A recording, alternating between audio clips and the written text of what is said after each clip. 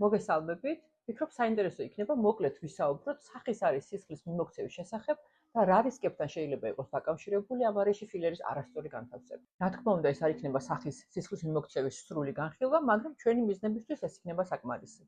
სახე ზოგადად გაჯერებულია სისხლძარღვებით, მაგრამ აქაც არსებობს ზონები, რომლებთან მუშაობასაც განსაკუთრებული ყურადღება ჭირდება. ასეთ ზონებს მიეკუთვნება ცხვირტუჩის ნაოჯი, ცხვირის მიდამო, ქვედა-შუბლის მიდამო და საფეთქლის მიდამო.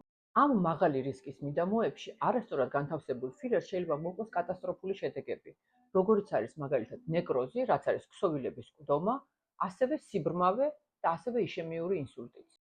სახის არის სისხლის მომარაგება ხდება საძილე არტერიების მეშვეობით. საძილე არტერიას აქვს ორი განშტოება, შიდა და გარე საძილე არტერიები. სახის უმეტესი ნაწილის სისხლის მომარაგება ხდება გარე საძილე არტერიის მეშვეობით. გარე საძილე არტერია სახის ტერიტორიაზე შემოდის ქვედაყბის არეში, მიემართება ზემოთ და იძლევა თავის პირველ ორ განშტოებას, რომელიც არის ტუჩის ქვედა და ტუჩის ზედა არტერიები, რომლებიც ამარაგებენ ტუჩის ქსოვილს. შემდგომ სახის არტერია მიემართება ცხვირტუჩის ნაოჭის გავლით და მიემართება ცხვირის გასწვრივ, სადაც უკვე მას ეწოდება კუთხის არტერია.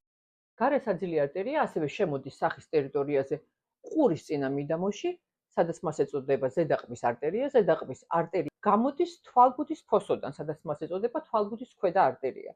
მისი მეორე განშტოება მოემართება ქვემოთ ყბის მიმართულებით და გამოდის ნიკაპის ფოსოდან, სადაც მას ეწოდება ნიკაპის არტერია. მესამე განშტოება კი მიემართება ზემოთ, სადაც მას ეწოდება ზედაპირული საფეთქლის არტერია და ეს არტერია სისხლით ყვება საფეთქლის და შუბლის არეს. რაც შეეხება შიდა საძილე არტერიის განშტოებებს, მას სახის მიდამოში ხვდებით თვალბუდის ზედა და ტროხლეარული არტერიების სახით და ასევე ცხვირის დორსალური არტერიის სახით.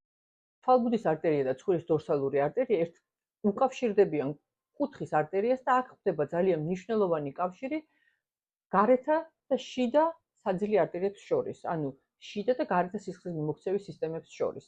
ეს არის ძალიან მნიშვნელოვანი, რადგანაც ეს ანასტომოზები, ანუ კავშირები, ასევე უკავშირდებიან თვალის არტერიას და ხდება თვალის და ცხვირის არის სისხლით მომარაგება. როდესაც ხდება ფილერის განთავსება ცხვირის არეში, თუ კი ფილერის შემთხვევით მოხდა რომელიმე ამ არტერიულ ქსელში, მაშინ შეიძლება ფილერის ნაწილაკი სისხლის მიმოქცევამ წაიღოს და მოხდეს თვალის არტერიის დახშობა, რამაც შეიძლება გამოიწვიოს სიბრმავე. როგორ შეგვიძლია თავიდან ავიცილოთ ასეთი კატასტროფული გართულებები? პირველი, რა თქმა უნდა, ეს არის ანატომიის ცოდნა, მეორე ეს არის შესაბამისი ტრეინინგის გავლა, მესამე ეს არის პროცედურის მსვლელობაში ასპირაციის გამოყენება, ანუ როდესაც ჩვენ ვნახულობთ შემთხვევით ხომ არ მოხდით სისხლძარღვში და რა თქმა უნდა, ულტრაბგერითი კვლევები.